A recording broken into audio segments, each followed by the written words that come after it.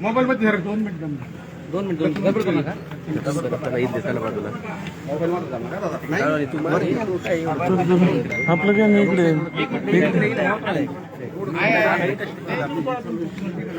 इकडे पकड रे 2 हो हो 3 पकड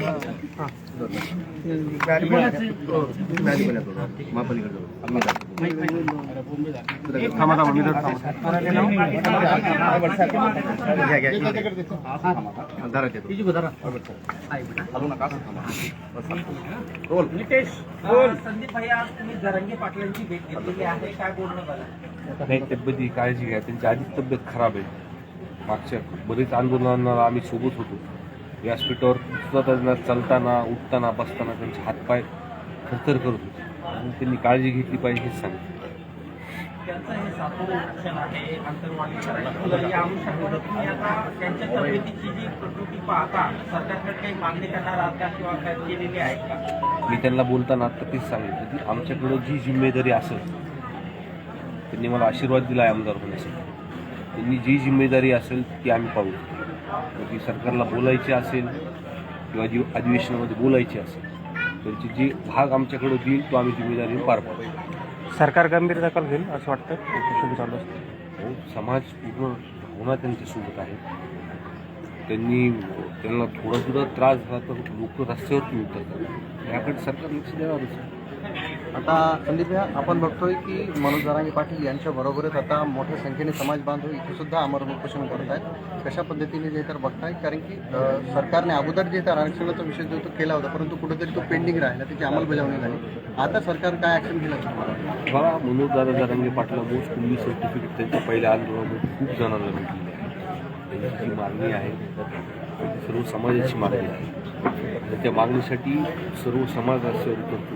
आम्ही सुद्धा त्यांच्यासोबत आहेत. आणि निवडणुकीच्या वेळेस सुद्धा मला जेव्हा लोकांनी विचारलं होतं की ह्या आरक्षणाबद्दल काय आहे, मी म्हणतो मनोज जरांगे पाटील होती तसं. दादा, संतोष देशमुख त्या प्रकरणात अनेक व्हिडिओ समोर येत आहेत, अनेक ट्विस्ट आता समोर येत आहेत. नेमकी काय बीडमध्ये हा प्रकार सुरू आहे? नाही, पहिल्यांदा ह्या विषयावर तुम्हीच बोललो. पहिल्या सभागृहामध्ये सुद्धा हा विषय मी मांडला. आणि बोलल्यानंतर हे सांगितलं होतं की CDR जर तपासलं तर सर्व गोष्टी तुमच्यासमोर येतील. आम्हाला कुणी म्हणलं राजकारण करतं, ह्याच्यामध्ये राजकारण कोणत्याही पद्धतीवर होतं. जी वस्तुस्थिती आम्ही सांगितली की तीच वस्तुस्थिती आपल्यासमोर येते. मग ते CCTV फुटेज भेटतात, ते कुठं त्यांचं सोशल मीडियावरती फिरते की म्हणजे समोर लोकांची जी वस्तुस्थिती समोर येते. बीड आमचा पुरोगामी विचाराचा जिल्हा आहे. आणि लोक म्हणतात पण ज्या मास्टर माइंड वाढले कारण हा विषय त्यांनी 2 जातीमध्ये तेढ निर्माण केलेला आहे. ह्या माणसाला 8 टाकलं शिक्षा आणि ती व्यवस्थित काम केली. अंजली दमने यांनी अशी मागणी केलेली आहे की जे वाल्मिक कराड यांच्यासह जे सर्व आरोपी यांना मुंबईच्या कारागृहात हलवण्यात यावं. काय वाटतं तुम्हाला, तुमची काय मागणी असेल?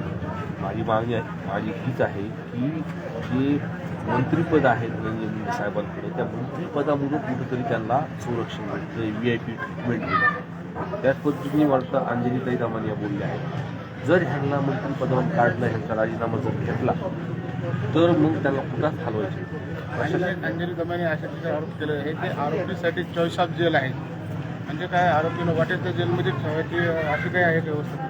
नाही, मला ह्या विषयावर थँक्यू.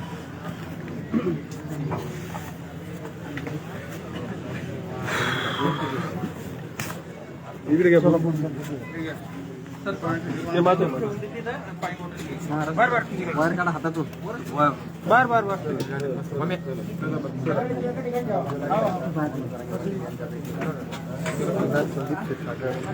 संघर्ष होता मनोज जरांगे पाटलांच्या भेटीला आताच बीड जिल्ह्याचे बीड तालुक्याचे आमदार संदीप भैया क्षीरसागर यांनी भेट घेतली आणि सांगितलं, पाटील तुम्ही तुमची काळजी घ्या, आमच्यावर जी जिम्मेदारी असेल तुम्ही आमच्यावर जिम्मेदारी द्या, आम्ही ती पार पाडायला तयार आहोत. सर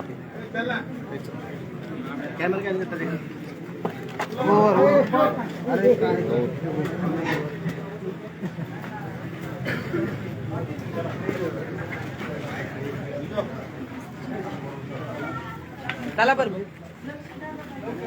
कॅमेरा कसं जायचं मग दिन करून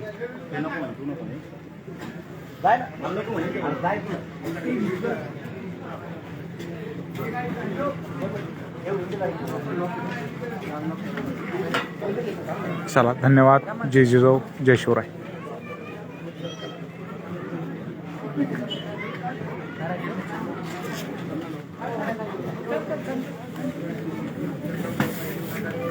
चला.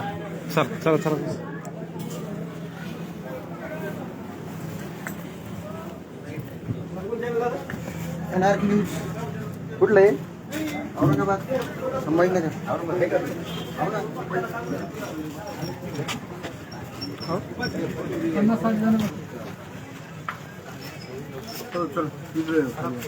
मध्ये काकामध्ये